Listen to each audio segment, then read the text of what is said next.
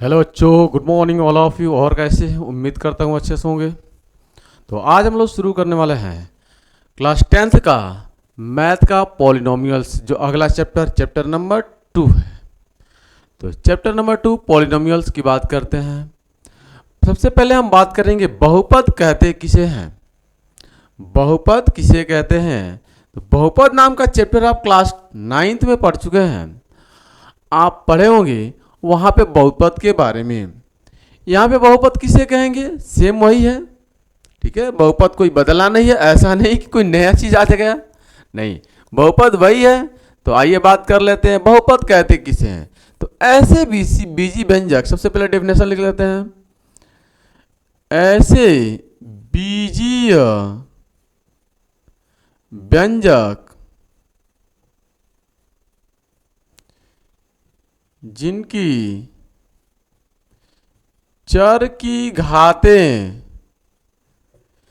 ऐसे बीजीय व्यंजक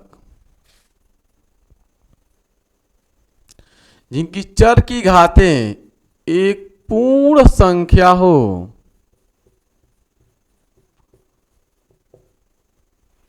ठीक है, बहुपद कहलाते हैं।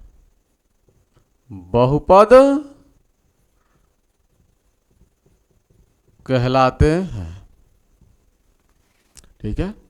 ऐसे बीजी व्यंजक जिनकी चर की घातें एक पूर्ण संख्या हो तो उसे हम कहेंगे बहुपद। ऐसे बीजी व्यंजक जिनकी चर की घातें एक पूर्ण संख्या हो उसे हम कहेंगे बहुपद।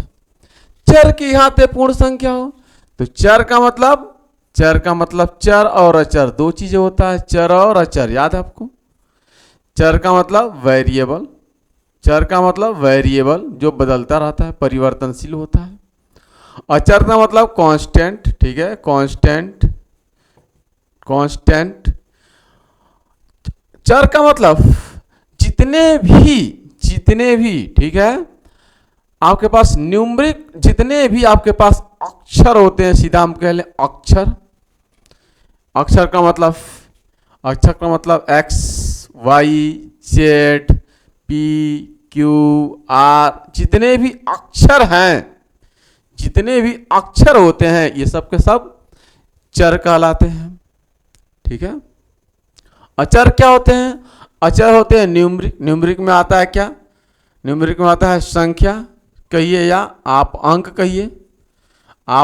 कहिए या संख्या कहिए। जितनी भी संख्याएं होती हैं, अंक होते हैं, सब के सब क्या होते हैं? न्यूमरिक होते हैं। ये सब के सब अचर होते हैं। जैसे हमने कहा 10 तो 10, 5 तो 5, 50 तो 50, ठीक है, 500 तो 500। ये कांस्टेंट है, अचर है, नियत है। ये अचर है, नियत है। जबकि जो चर है, वेरिएबल, ठीक है, वह परिवर्तनशील होता है, बदलता है। मतलब आप एक जगह पे दूसरी कोई वैल्यू रख सकते हैं, एक जगह पे तीसरी कोई वैल्यू रख सकते हैं।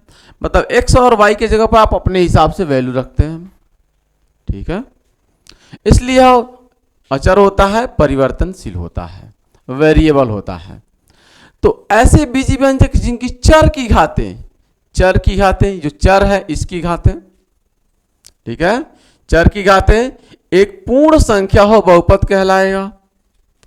चर की घातें पूर्ण संख्या का मतलब, एग्जाम्पल में लेते हैं। फॉर एग्जाम्पल मान लीजिए एक्स है, एक्स के पावर कुछ नहीं तो 1 है, एक्स है, एक्स के पावर 2 है, ठीक है। देखिए एक्स के पावर 1, एक्स एक चर है, ये चर है और इसकी घातें एक पूर्ण संख्या है। यह एक चर है, इसकी घातें एक पूर्ण संख्या है, एक्स प्लस वाई। यह एक्स भी चर है और वाई भी चर है, इसकी घातें भी 1 है, इसकी घातें भी 1 है, एक पूर्ण संख्या है। X square plus 5x plus 6, x square, ठीक है, एक्स 5x प्लस 6, इसकी घातें एक पूर्ण संख्या है, बहुपद है, ठीक है। चर की घातें एक पूर्ण संख्या होनी चाहिए तो बहुपद होगा। बात समझ में आ रही है? जैसे अंडर रूट में एक्स, तो इस चर की घातें एक पूर्ण संख्या नहीं है। क्यों नहीं है? क्योंकि अंडर रूट को हम जानते हैं 1/2 लिखते हैं, तो x के पावर 1/2 हो जाएगा। और 1/2 यह एक पूर्ण संख्या नहीं है, यह एक पूर्ण संख्या नहीं है, इसलिए यह एक बहुपद नहीं है। जैसे 1/x, यह भी बहुपद नहीं है क्योंकि पावर इसके 1 है, जब ऊपर जाएगा तो इसके पावर x-1 हो जाएगा। तो x-1 जो -1 है यह एक पूर्ण संख्या नहीं है, इसलिए यह एक बहुपद नहीं है, इसलिए यह एक बहुपद नहीं है। ठीक है, आप जानते हैं x square plus 1/x square, ठीक है, x square plus 1/x square. आप देख सकते हैं जब x स्क्वायर जो ऊपर जाएगा तो पावर -1 हो जाएगा, यानी यह हो जाएगा x स्क्वायर प्लस का x पावर -2। और -2 एक पूर्ण संख्या नहीं है, इसलिए यह एक बहुपद नहीं है, यह एक बहुपद नहीं है। ठीक, 3 अंडर रूट में x प्लस 5, अंडर रूट में 3 अंडर रूट में x है, तो इस x के पावर कितने 1/2, इसलिए यह एक बहुपद नहीं है, तो यह एक बहुपद नहीं है। जबकि यहां पे अगर सिर्फ नंबर कोई हो, सिर्फ नंबर कोई हो जैसे 5, तो यह एक बहुपद है, क्योंकि हम लिख सकते हैं x के पावर 0, x के पावर 0, क्योंकि इसका मान होता है 1, इसका मान कितना होता है, इसका मान होता है 1, इसलिए यहाँ पे 5 में 1 से आप गुणा करेंगे तो कोई फर्क नहीं पड़ेगा, 5 आएगा। x के पावर 0 का मतलब 1, और 5 में 1 से गुणा करेंगे तो कोई फर्क नहीं पड़ेगा, 5 ही आएगा। इसलिए 5 क्या है, एक बहुपद है, 5 क्या है, एक बहुपद है। ऐसे ही 100 क्या है, अपने आप में एक बहुपद है, अपने आप में बहुपद है, क्योंकि इसकी चर की घात है, आप x लिख सकते हैं, तो यह एक बहुपद है। बहुपद आपको समझ में आ गया होगा, बहुपद आपको समझ में आ गया होगा। अगर चर की घातें एक पूर्ण संख्या आपको दिख जाए कहीं भी, इसका मतलब वह बहुपद है, बाकी बहुपद नहीं है। जल्दी बताएं, जल्दी बोलें। x के पावर x अंडर रूट में, ठीक है, x स्क्वायर अंडर रूट में है, क्या बहुपद है? तो देखें एक्स स्क्वायर एक रूट से बाहर निकल सकता है, इसलिए x आ जाएगा, इसलिए यह एक बहुपद होगा क्योंकि पावर 1 हो जाएगा। जबकि अंडर रूट में x क्यूब क्या एक बहुपद है? तो आप कहेंगे रूट के अंदर क्यूब है, इसको बाहर निकालेंगे तो आएगा x अंडर रूट में x, तो एक बहुपद नहीं है। यानी अगर रूट के अंदर कोई भी इवन नंबर है, सम संख्या है, तो वह एक बहुपद होगा, और यदि रूट के अंदर कोई विषम संख्या है तो वह बहुपद नहीं होगा, बहुपद नहीं होगा, बहुपद नहीं होगा। सही है, बहुपद होगा कब? जब रूट के अंदर कोई भी सम संख्या होगा तो बहुपद होगा, और जब रूट के अंदर कोई भी सम संख्या होगा तो बहुपद नहीं होगा। बात समझ में आ गई है? तो बहुपद ऐसे बीजी व्यंजक जिनकी चर की घात एक पूर्ण संख्या हो, बहुपद कहलाएगा। ये बहुपद के बहुत सारे एग्जाम्पल हो गए, जो बहुपद हैं ये सारे एग्जाम्पल, ये सभी क्या है? बहुपद है। ठीक है, ये सब के सब क्या है? बहुपद है। ठीक है, ये सब के सब बहुपद हैं, और ये सब के सब बहुपद नहीं है, बहुपद नहीं है। तो ये सब के सब बहुपद हैं, ये सब के सब बहुपद नहीं है। बात समझ में आ रही है? ये बहुपद नहीं है और ये बहुपद है। ठीक, ये बहुपद है जबकि ये बहुपद नहीं है। ये क्या है? बहुपद है, और ये क्या है? बहुपद नहीं है, बहुपद नहीं है। ठीक है, अगर रूट के अंदर कोई भी सम संख्या आती है पावर में तो बहुपद होगा, रूट के अंदर अगर विषम संख्या आती है तो बहुपद नहीं होगा। ठीक है, बात समझ में आ रही है? कोई भी अंक है, कोई भी अंक है, कोई भी, तो वो बहुपद अपने आप में है। बहुपद कंफर्म हो गया। आगे बात कर लेते हैं बहुपद की घात।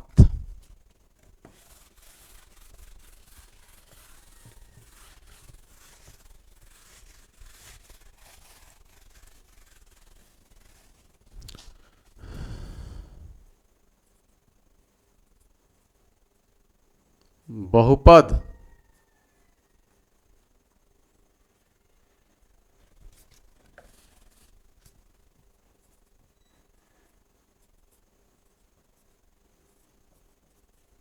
की घात, ठीक है, बहुपद की घात, degree of polynomial, degree of polynomial किसे कहेंगे? तो ऐसे बीजी व्यंजक जिनकी चर की घातें अधिकतम हो, जिनकी चर की घातें अधिकतम हो, उसे हम कहेंगे बहुपद की घात। अधिकतम घात को ही हम बहुपद की घात कहेंगे। ऐसे बीजी व्यंजक जिनकी चर की घातें अधिकतम हो, ठीक है, चर की घातें अधिकतम हो, लिखते हैं ऐसे बीजीय व्यंजक जिनकी चर की घातें अधिकतम हो,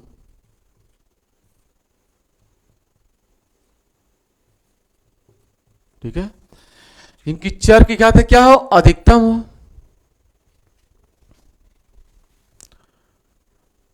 बहुपद की घात कहते हैं, बहुपद की घात कहते हैं। अब कोई भी आपने लीजिए इसकी चर की घातें अधिकतम हो, ठीक है, बहुपद की आप घात कह सकते हैं। जैसे में आप एग्जाम्पल लेते हैं, एग्जाम्पल फॉर हमने लिया एक्स स्क्वायर प्लस का एक्स के पावर 5, तो इस बहुपद में अधिकतम घात कितनी है? आप कहेंगे चर की अधिकतम घातें हैं यहाँ पे 5, इसलिए यहाँ पे घात कितना हो जाएगा? घात हो जाएगा 5। हम कहेंगे एक्स स्क्वायर प्लस का एक्स प्लस का 5, अधिकतम घात कितनी है? आप कहेंगे सर अधिकतम इसमें घात है 2, इसलिए बहुपद की घात हो जाएगी 2, ठीक है। एक्स स्क्वायर प्लस का एक्स प्लस का एक्स की पावर 3, इसकी अधिकतम घात कितनी है? आप कहेंगे अधिकतम घात है सर इसमें 3, इसलिए बहुपद की घात हो जाएगी 3। बात समझ में आ रही है? अधिकतम घात 5, बहुपद की घात 5, अधिकतम घात 2, बहुपद की घात 2, अधिकतम घात 3, बहुपद की घात 3, ठीक है।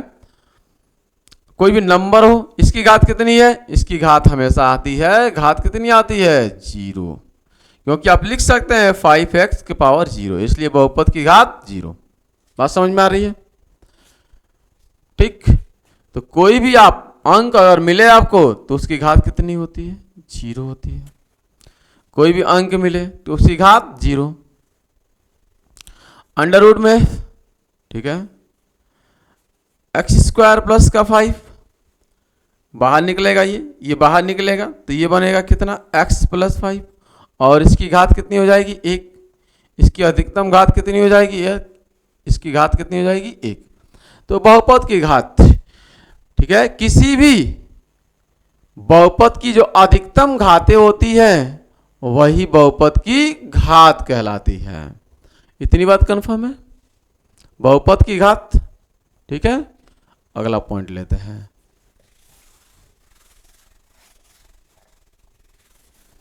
अगला पॉइंट्स, ठीक है, बहुपद के प्रकार, ठीक है, बहुपद के प्रकार, बहुपद के प्रकार, type of polynomial, type of polynomial, polynomial, ठीक है, टाइप ऑफ पॉलिनोमियल्स। तो ठीक है, इनके घातांकों के आधार पर हम पॉलिनोमियल को अलग अलग डिवाइड करेंगे। नंबर 1, रैखिक बहुपद, ठीक है, linear polynomial, linear polynomial, polynomial, linear polynomial किसे कहेंगे हम? तो ऐसे बहुपद जिनकी अधिकतम घातें एक हो, ऐसे बहुपद जिनकी अधिकतम घातें एक हो, ठीक है। ऐसे बहुपद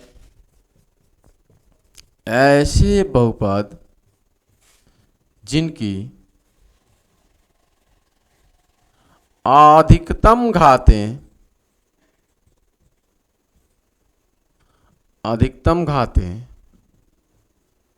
ठीक है, घात एक हो, ठीक है, एक हो, रैखिक बहुपद कहलाता है। रैखिक बहुपद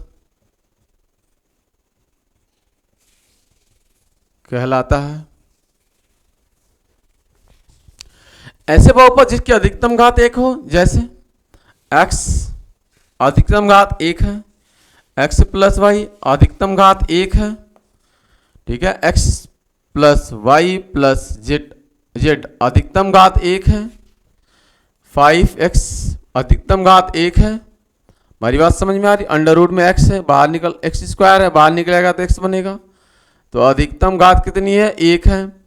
ऐसे बहुपद जिनकी अधिकतम घात एक हो, अधिकतम घात एक हो, लीनियर बहुपद कहलाते हैं, रैखिक बहुपद कहलाते हैं, ठीक है, लीनियर पॉलिनोमियल। सेकंड, दूसरा द्विघात बहुपद, ठीक है, इसका व्यापक समीकरण लिखते हैं।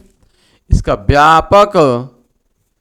व्यापक जो रूप होगा वह होगा क्या? ax प्लस बी, ठीक है, जहां पे a और b क्या है? वास्तविक संख्या है, a नॉट इक्वल टू 0, और a और b क्या है? वास्तविक संख्या है, वास्तविक संख्याएं हैं, वास्तविक संख्याएं हैं। यह इसका व्यापक रूप हो गया। अगला द्विघात बहुपद, द्विघात बहुपद,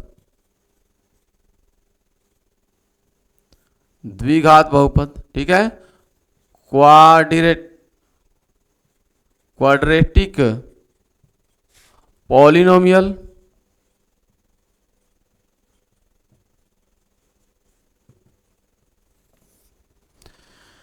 द्विघात बहुपद, द्वि यानी दो, जिनकी घातें दो हो, जिनकी घातें दो हो, ठीक है, द्विघात बहुपद कहलाएंगे। तो ऐसे बहुपद जिनकी घातें अधिकतम दो हो, जिनकी घातें अधिकतम कितनी हो? दो हो, उसे हम कहेंगे द्विघात बहुपद। तो इसमें लिखते हैं कि ऐसे बहुपद जिनकी अधिकतम घातें दो हो,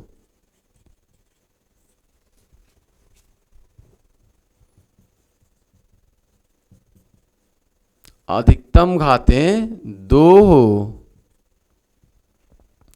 द्विघात बहुपद कहलाते हैं, द्विघात बहुपद कहलाते हैं, यह कहते हैं द्विघात बहुपद कहलाते हैं, द्विघात बहुपद कहलाते हैं, ठीक है। जिनकी अधिकतम घातें दो हो उसे हम कहेंगे क्या? द्विघात बहुपद, द्विघात बहुपद, ठीक है। एग्जाम्पल के लिए एग्जाम्पल लिखते हैं, ठीक है। यहां पर हमने एग्जाम्पल लिखा है, ये एग्जाम्पल लिखते हैं, एक्स स्क्वायर या एक्स स्क्वायर प्लस का 5 या एक्स स्क्वायर प्लस का एक्स प्लस का 10, ठीक है, एक्स स्क्वायर प्लस का 6, ठीक है, एक्स प्लस का अंडर रूट में 12। कोई भी हम लिखें घात, किसी भी बहुपद को लिखें, लेकिन अधिकतम घात कितनी होनी चाहिए? 2। अधिकतम घात कितनी होनी चाहिए? 2। इसे हम कहेंगे क्या? द्विघात बहुपद, इसे हम कहेंगे द्विघात बहुपद। इसका व्यापक रूप है, जो इसका व्यापक रूप है, स्टैंडर्ड जो फॉर्म होता है वो होता है ax square plus bx plus c, ax square plus bx plus c, where are a not equal to 0, यानी ए की वैल्यू कभी भी शून्य नहीं होगी, शून्य अगर हो जाएगी तो ये पूरा का पूरा शून्य हो जाएगा, तो द्विघात बहुपद रहा नहीं। ठीक है, और ए बी सी क्या है, वास्तविक संख्या है। क्या है, वास्तविक संख्याएं हैं, वास्तविक संख्याएं हैं। ए बी सी क्या है, वास्तविक संख्याएं, रियल्स नंबर हैं। ए बी सी क्या है, रियल्स नंबर है, वास्तविक संख्या है। ए बी सी क्या है, वास्तविक संख्या है। जबकि ए की वैल्यू कभी शून्य नहीं होना चाहिए, अगर ए की वैल्यू शून्य हो जाए तो द्विघात बहुपद रहा ही नहीं। यहाँ पे भी ए की वैल्यू कभी शून्य नहीं होना चाहिए, अगर ए की वैल्यू शून्य हो जाए तो ये रैखिक बहुपद रहा ही नहीं। ए की वैल्यू कभी भी शून्य नहीं होना चाहिए, क्योंकि ए की वैल्यू शून्य हो जाएगा तो ये 0 हो जाएगा, तो रैखिक बहुपद होगा ही नहीं, पावर खत्म। यहाँ पे भी ए की वैल्यू जब शून्य होने नहीं चाहिए, अगर ए की वैल्यू शून्य हो गया तो ये द्विघात बहुपद रहा ही नहीं, राइट। तो ये रहा आपके पास द्विघात बहुपद। अगला बात कर रहे हैं त्रिघात बहुपद। त्रिघात बहुपद मिटा दें, नोट कर लीजिए।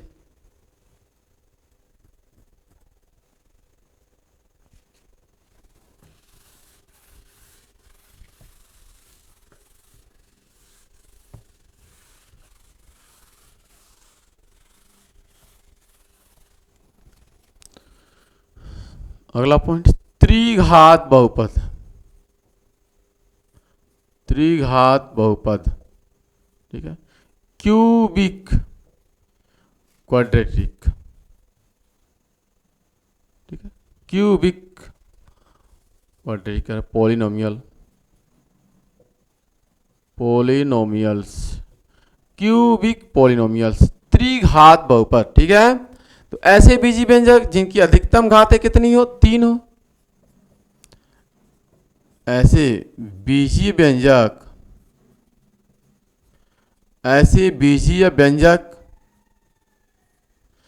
जिनकी अधिकतम घातें 3 हो, अधिकतम घातें 3 हो, अधिकतम घातें कितनी हो, 3 हो, त्रिघात बहुपद कहलाते हैं। त्रिघात बहुपद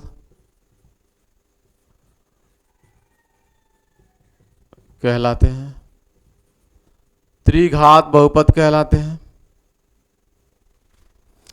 एग्जाम्पल के लिए इसका सबसे पहले व्यापक समीकरण लिखते, एग्जाम्पल लिखते हैं, एग्जाम्पल, ठीक है।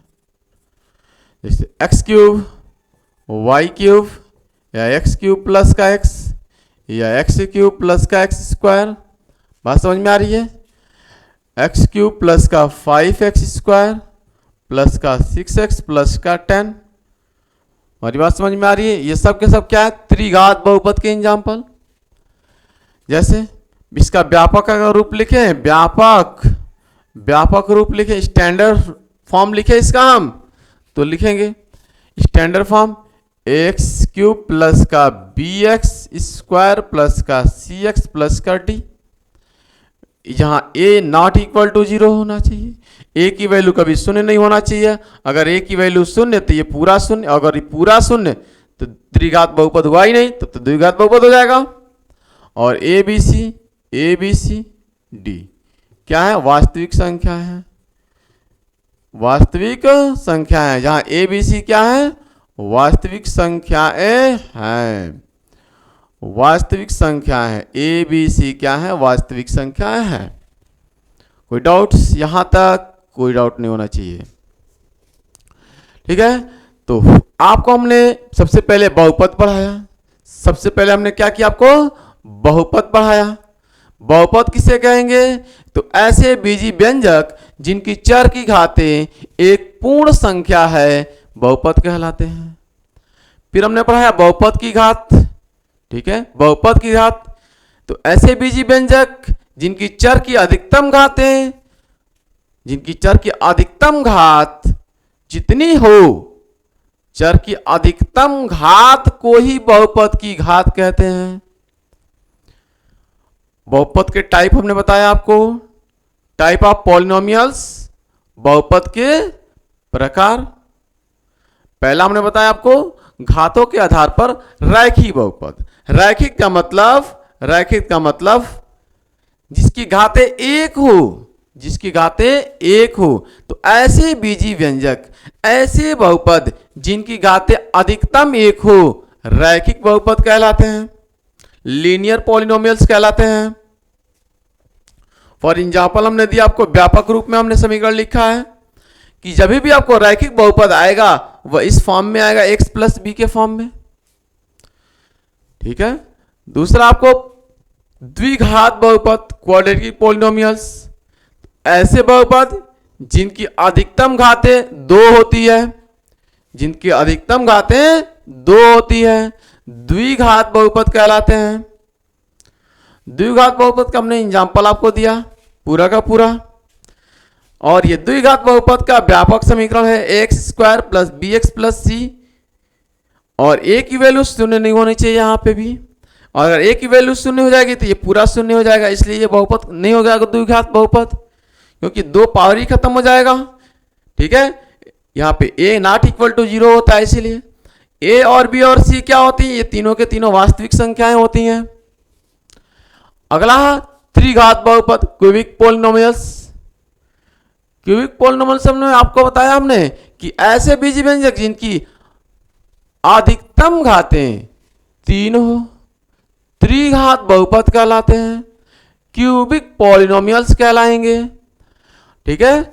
और क्यूबिक पॉलिनोमियल्स का हमने एग्जांपल दिया x cube y cube x cube plus x cube plus x square, x cube plus 6 plus 5x square plus 6x plus 10। इस तरह से बहुत सारे एग्जाम्पल आपको मिल जाएंगे। और इसका अगर व्यापक रूप देखा जाए तो x cube plus B X square plus C X plus D, जहां पे a नॉट इक्वल टू 0 होनी चाहिए, क्योंकि a अगर 0 हो जाए तो a क्यूब 0 हो जाएगा, क्यूब खत्म हो जाएगा, तो क्यूबिक इक्वेशन क्यूबिक पॉलिनोमियल्स रहा ही नहीं है। इसलिए a नॉट इक्वल टू 0 यानी a की वैल्यू कभी शून्य नहीं होना चाहिए। और ए बी सी डी क्या है, ए बी सी डी वास्तविक संख्याएं हैं, रियल्स नंबर्स हैं, रियल्स नंबर्स। ठीक है। रियल नंबर आपको हमने पढ़ाया है पूरा का पूरा। ठीक, पहला चैप्टर पूरा का पूरा हमने पढ़ाया है आपको। ठीक है, नए एनसीईआरटी के अकॉर्डिंग। बात समझ में आ रही है? तो ये रहा आज का पूरा लेक्चर। ठीक है। इस पर हम लोग बेस्ट क्वेश्चन लेंगे। ठीक है, इस पर बेस्ट क्वेश्चन हम लोग लेंगे। ठीक है। और हम सबसे पहले याद रखें, आप एनसीईआरटी बुक का पूरा हम आपको थियोरी पढ़ाते हैं, यानी कॉन्सेप्ट पहले बिल्ड करते हैं।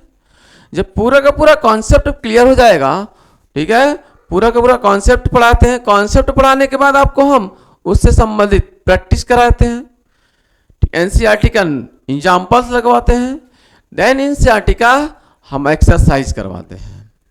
बात समझ में आ रही है? तो इस तरह से हम लोग पूरा का पूरा पढ़ने वाले हैं किताब।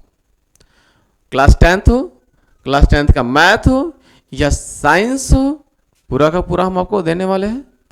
ठीक, क्लास 12 का हो, आपके पास पूरा का पूरा फिजिक्स अपलोड कर रहे हैं एक एक करके। ठीक है, एक एक करके भेज रहे हैं। बहुत जल्दी लाइव भी शुरू कर देंगे हम। राइट। तो किसी प्रकार का कोई डाउट हो तो कमेंट सेक्शन में कमेंट करके जरूर बताएं। और चैनल पर नए हो तो चैनल को सब्सक्राइब करें, बेल आइकन को प्रेस करें, यानी घंटी आप बजा दिया करें, नए नोटिफिकेशन आ जाए। काफ़ी दिन के बाद आज हमने वीडियो बनाया है, अब कंटिन्यू चलने वाली है वीडियो। ठीक है, कोई डाउट? तो बस आज के लिए सेशन इतना रहने दे रहे हैं। ठीक है, अगले दिन हम इससे आगे का कंटिन्यू करेंगे। इससे पहले जो भी कुछ आप आगे पढ़ेंगे, इससे पहले इसको आप थोड़ा सा एक बार रिवीजन कर लेंगे, ताकि आपको बेहतर समझ में आए। ठीक है, तो thanks for watching this video. जय हिंद, जय भारत।